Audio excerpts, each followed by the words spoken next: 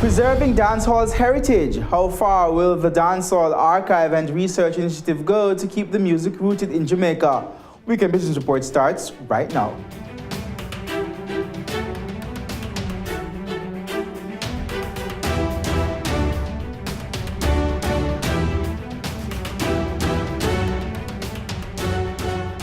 Hello and welcome to the show. I'm Keneal Gale. Thanks so much for joining us this week. Recently, Professor Donna Hope launched the Dancehall Archive and Research Initiative in an effort to help document one of Jamaica's cultural treasures. More on that in a bit, but right now here are some of the top news stories BATV brought you this week. The Energy Ministry has confirmed that the 3 Jamaicans on Petrojam's board have resigned. The resignations follow a series of revelations about questionable use of funds at the state-owned oil refinery. Jamila Maitland reports. In a press release today, the Energy Ministry confirmed that Petrojam's chairman, Dr. Percival Bahadur Singh, and board members Richard Creary and Harold Malcolm resigned on Monday.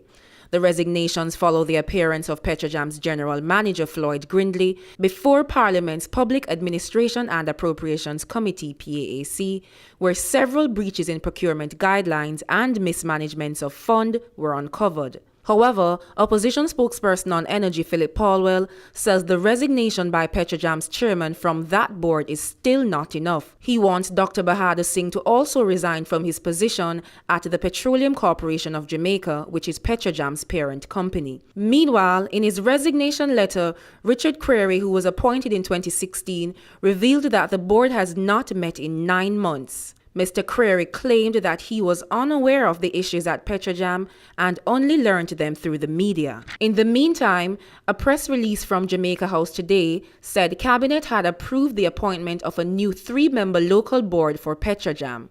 The new board members are former chairman of Supreme Ventures Limited, Paul Hu, and former vice presidents at Scotiabank, Rosie Pilner and Wayne Powell. Jamaica House said Cabinet discussed the issues regarding Petrojam last night and has directed the Cabinet Secretary to task the Permanent Secretary in the Ministry of Science, Energy and Technology to prepare a report on the operations of Petrojam with specific attention to various allegations in the public domain. The report is to be ready for the next meeting of Cabinet, where it is expected that the Permanent Secretary and the senior management team of Petrojam will attend and present it. Meanwhile, the Opposition People's National Party, PNP, is calling for the Major Organized Crime and Anti-Corruption Agency, MOCA, to investigate the situation at Petrojam. Sashana Small has more. The People's National Party wants MOCA to investigate the 2 cases of reimbursement of expenses to former chairman Percival Bahadur Singh. The former chairman was scheduled to attend meetings in Brazil and London, but didn't attend any of them. The PNP says although he didn't attend the meetings, he submitted claims and Petrojam refunded him airfare and other expenses for each day related to the trips. Mr. Bahadur Singh was refunded US $8,910.10 for the London trip and US $7,873.28 for the trip to Brazil. Another case the PNP wants MOCA to probe is what it describes as questionable activity related to the agreement between Petrojam and Usher Corporation for financial analysis and managerial services. Payments for these services were made to the US dollar National Commercial Bank account of Rodney Davis in October and November 2017. The PNP says Petrojam facilitated the direct payment to Rodney Davis, despite the fact that the invoices were presented on R-Square Financial Advisor's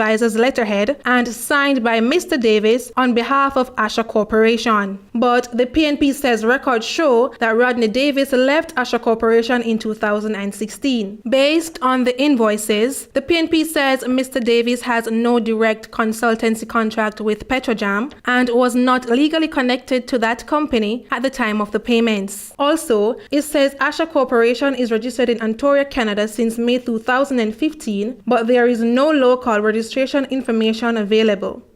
The PNP insists that Petrojam must produce its findings on Usher Corporation before its engagement with the company and explain why payments were made to a person rather than the contracted entity. An International Monetary Fund IMF team which visited Jamaica between June 11 and 15 is reporting that sustained fiscal discipline has resulted in economic progress. Here's more.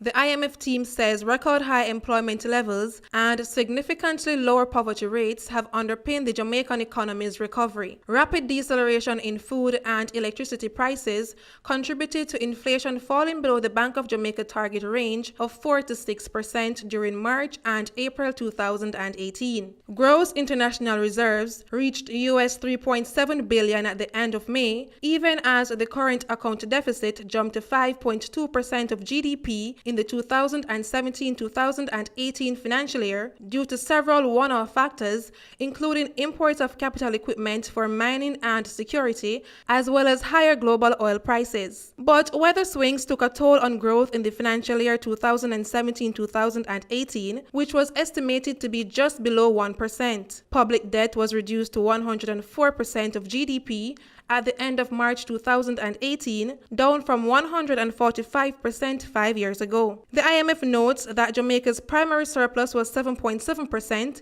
exceeding the budget target of 0.7% points at the end of the 2017-2018 fiscal year. In the meantime, the IMF says it is important that the government uses the window of the 4-year wage agreement to overhaul the public sector's compensation structure. This, it says, can be done by streamlining the vast and inequitable allowance structure, retaining skills while rewarding performance. The multilateral notes that it welcomes the progress being made to revise the BOJ Act, which it says will be critical to the full shift to inflation targeting and the related work to strengthen central bank communications. The IMF also points out that it supports the recent policy rate cuts and the BOJ's resolve to cut rate interest further if needed to steer inflation towards the midpoint of the central bank's target range. Moving on now, there's no questioning the fact that Jamaica is the birthplace of dancehall, but could the island's grip on the music be slipping? Professor Donald Hope's Dancehall Archive and Research Initiative is trying to ensure that that doesn't happen. The recently launched Dancehall Archive and Research Initiative project is geared towards the preservation of all forms of dancehall culture. The project will also facilitate the dissemination of knowledge about dancehall culture while encouraging research and documentation of the art form. I have a very global vision for the DHA, for the Dancehall Archive and Research Initiative. And so we launched on the 20th of April 2018. And specifically, we had a launch so that people could understand that we are here and we intend to be here. And so the vision is for us to end up with a physical space. We want to have standing exhibits of dancehall culture, as well as ongoing engagements, seminars, discussions, conferences, various activities around dancehall culture. Professor Hope says the project will also facilitate more extensive research about dancehall along with the publication of more books. Not just academic books, because one of the challenges is that some of the works that have been done on dancehall, or most of them, are academic books, so they are really for people who are in the academy at the university doing research. We want to do some books that are more popular books, not really coffee table books, but probably a mix. You get the pictures, you get the pictorials, you get the little discussion, and something that gives you a little bit more meat on the bone. So we want to do some of those products as well. With dancehall's global appeal, Professor Hope says a dancehall museum is also on the cards. Dancehall culture, not just in Jamaica but globally, has a very broad-based appeal, and it's youth culture, but it has been around from 1981 in a full form, and so there's a lot of material culture, fashion, style, the different kinds of technologies that have been used in dancehall to carry the music and carry the images. All of these things we would love to and intend to have a physical, let me say again, a physical location, a museum space, but also a space where people can come to us at the DHA and get access to a variety of material and information. So a dancehall museum is a part of the plan we have for the broader vision. She notes that collaboration with the private sector and persons within the industry is important to making the Dancehall Archive and Research Initiative project a success. So we are building out collaborators and we are inviting individuals. Again, it's a process. We are still very young. We are in the dialogue with several individuals who have promised us to share their catalog of material with us. Some people have huge video catalogs of material on dancehall from the 1980s. Other people have clothing. They have fashion, they have, photographs. So we are in discussion right now with them, and the team is on the ground working to see what we can secure commitments for, as well as get our hands on as a part of the way ahead. And so we will be coming to the private sector to request funding, but one of the things that the private sector likes is to see something already happening, So the proposal should show them what we are already doing and where we are going with it. Professor Hope says it's crucial to show stakeholders how they can monetize dancehall. We want to show the global spread of dancehall, to showcase that it's not just a Jamaican phenomenon. It originates here.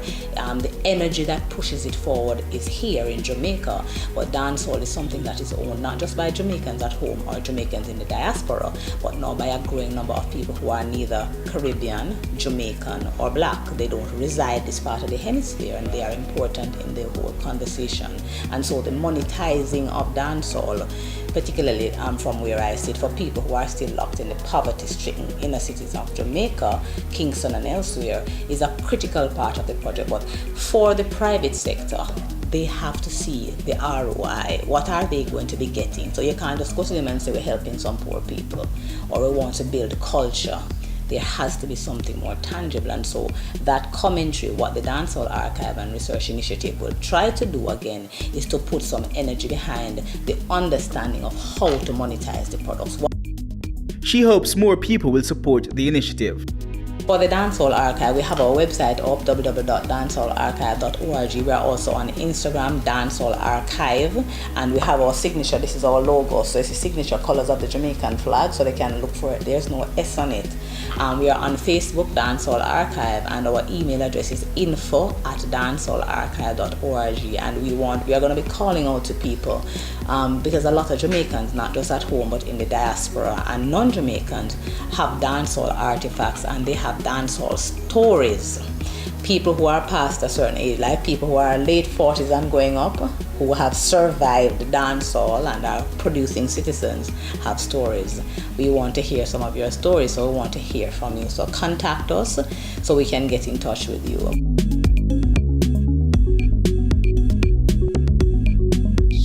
Company news comes up next, then later. Are you addicted to gaming? Then you could have a mental disorder, so says the World Health Organization.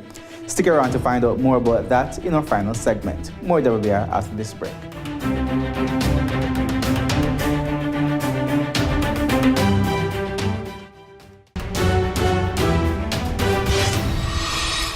Welcome back to Weekend Business Report. Here is this week's company news.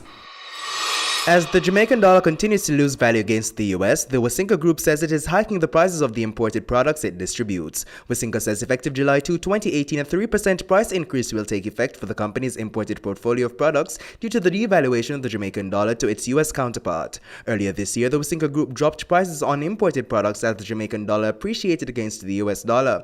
At the time, the company said it was passing on the economic benefits of the strengthening Jamaican dollar to its consumers. Blue Power Limited saw an 8% increase in sales for the 2017-2018 financial year. Sales amounted to $1.5 billion during the period. More than 21% of the soaps manufactured were exported to the Caribbean, the US, and the UK. The company notes that the most significant improvement came from the Guyanese market, where it now has 2 distributors. For the current financial year, the company says it's looking to continue to prepare for the challenges that will come when the factory in Dominica, which had been closed down, is reopened on a new management and a new plant in Jamaica gets up and running. Kingston Wharves Limited, KWL, is expanding. The multipurpose port terminal operator will be developing a modular warehousing complex which will be opened to distributors and manufacturers. The company says this is one of the ways it is employing to make revenue from some of the lands it recently acquired. The modular warehousing complex is a modern, energy-efficient freight handling facility for small and medium-sized businesses. Chief Executive Officer at Kingston Wharves, Grantley Stevenson, says the development of the facility is part of the company's next step in logistics. Let's now take a look at the closing numbers from the major stock markets around the world.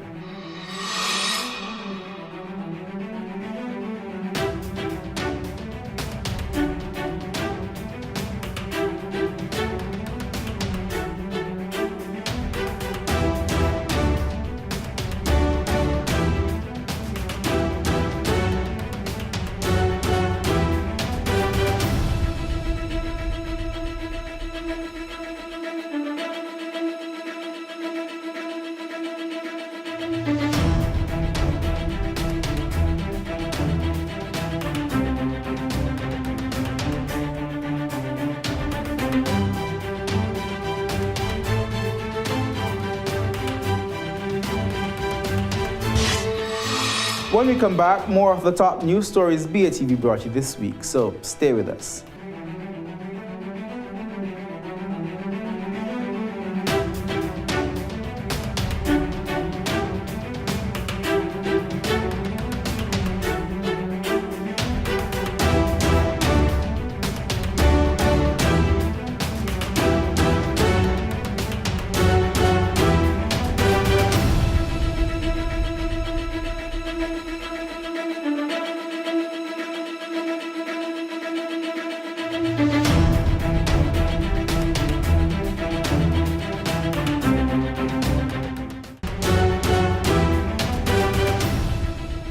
Welcome back to Weekend Business Report. More news now. Construction of the Jamaica Gansu Industrial Park in Nain, St. Elizabeth is expected to begin before the end of 2018. Here's more. Before the end of the year, you're going to see action happening down there with the building of the power plant. The project is being undertaken by GISCO, the Chinese iron and steel company that currently operates the Alpart Alumina refinery. But although GISCO is the company investing, chairman of the Jamaica Special Economic Zones Authority says it's doing so with the full support of the Chinese government. According to Mitri Siaga, Jamaica's most valuable resource is its location, and GISCO wants to invest in the island by creating an efficient development in Nain, St. Elizabeth.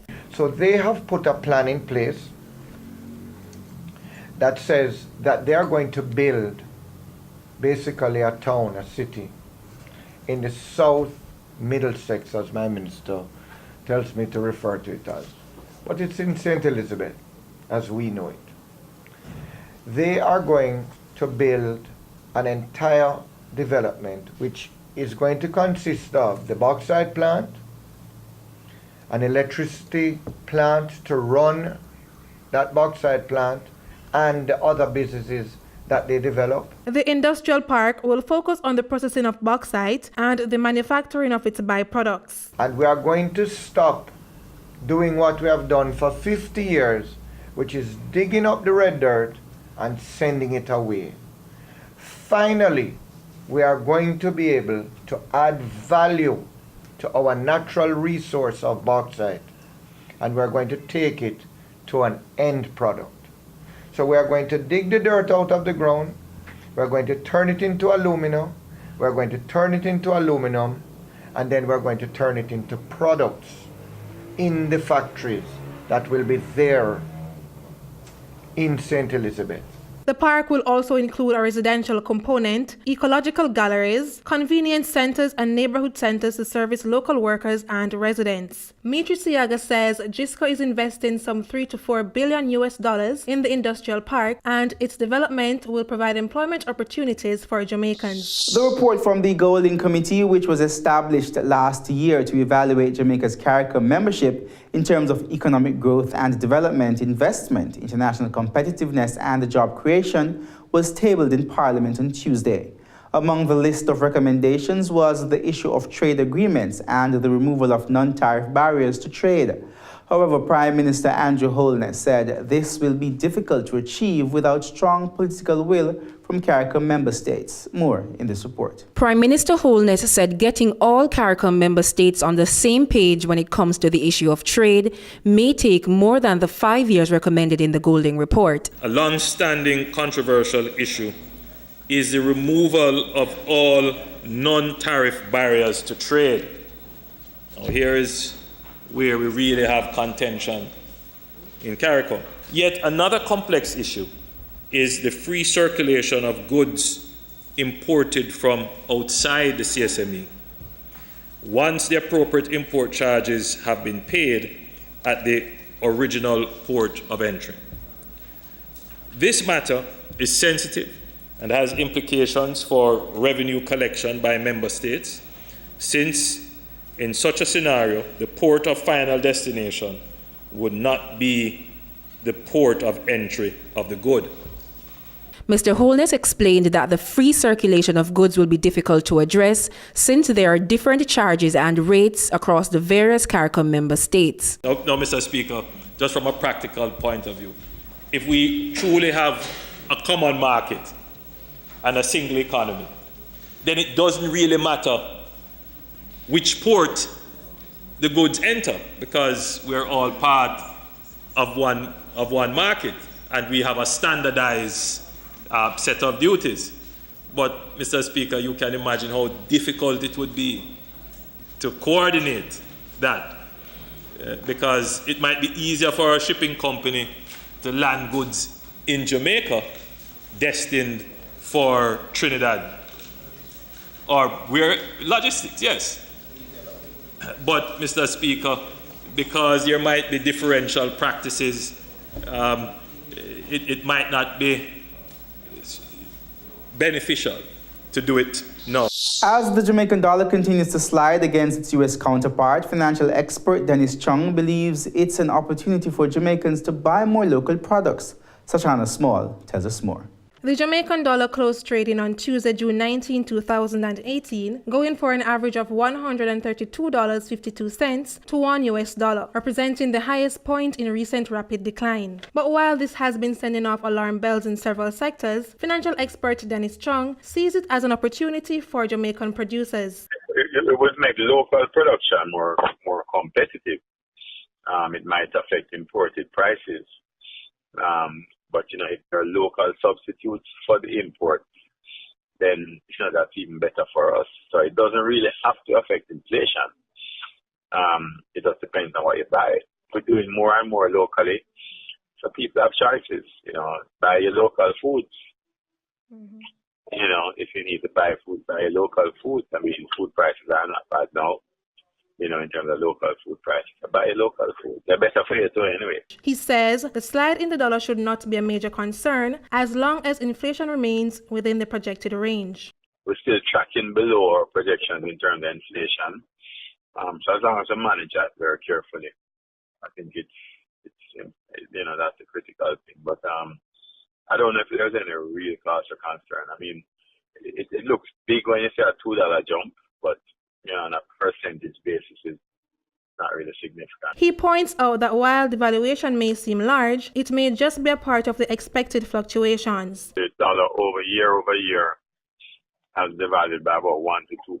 I know the amount seems like a lot of money, but it's about 1 to 2% year over year.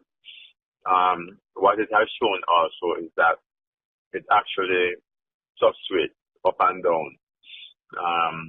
And one of the things that I've heard is that the issue might be that it's actually the BOJ in the market buying funds, so build up the reserves.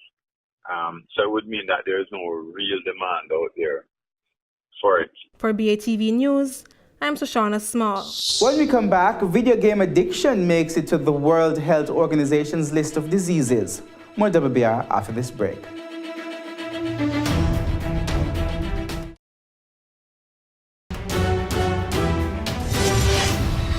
Welcome back to Weekend Business Report. The latest list of diseases published by the World Health Organization, WHO, includes addiction to video games. Doctors now recognize persistent and compulsive gaming behavior as a mental health disorder. Some gamers play for up to 20 hours a day and forget about sleeping, eating, and work. In this virtual universe made up of zeros and ones, dense purple storm clouds shroud the planet. 98% of the world's population has disappeared, and zombies rise to attack remaining humans. It's very fast-paced, and it keeps you engaged the whole time. It's just a lot of fun. So much fun that the mass online phenomenon called Fortnite is consuming hundreds of millions of players around the world. While the goal of the game is to battle for the survival of humanity, some people's fragile psyche may not survive these all-consuming digital games. We have been reviewing the evidence for the gaming behavior as a disorder for last several years. The World Health Organization's decision to label addiction to digital and video games as a mental health disorder puts it at odds with gaming industry organizations. Its reference guide of recognized and diagnosable diseases describes the addiction as a pattern of persistent or recurrent gaming behavior that becomes so extensive it takes precedence over other life interests. The person loses control over the gaming and ignores other essential activities like sleep, like eating, like taking part in education or work, and that harms the person. And in spite of the harm, the person continues with gaming. Parents have been concerned about the endless hours their children have spent in front of their consoles since the advent of Atari and Pong. Now they have science as their weapon to limit the time their children spend gaming. The WHO says only a small number of people who play digital and video games would develop a mental health disorder, but early warning signs can help prevent it. And while the makers of Fortnite are expected to earn more than $4 billion this year, addiction to gaming is creating niche gaming addiction treatment programs, which may even be more lucrative for insurance companies and healthcare providers now that gaming addiction is considered a mental health disorder. Paul Chadurjian, Al Jazeera. And that's our show for this week. On behalf of the entire Weekend Business Report team, I'm Keneal. See you next time.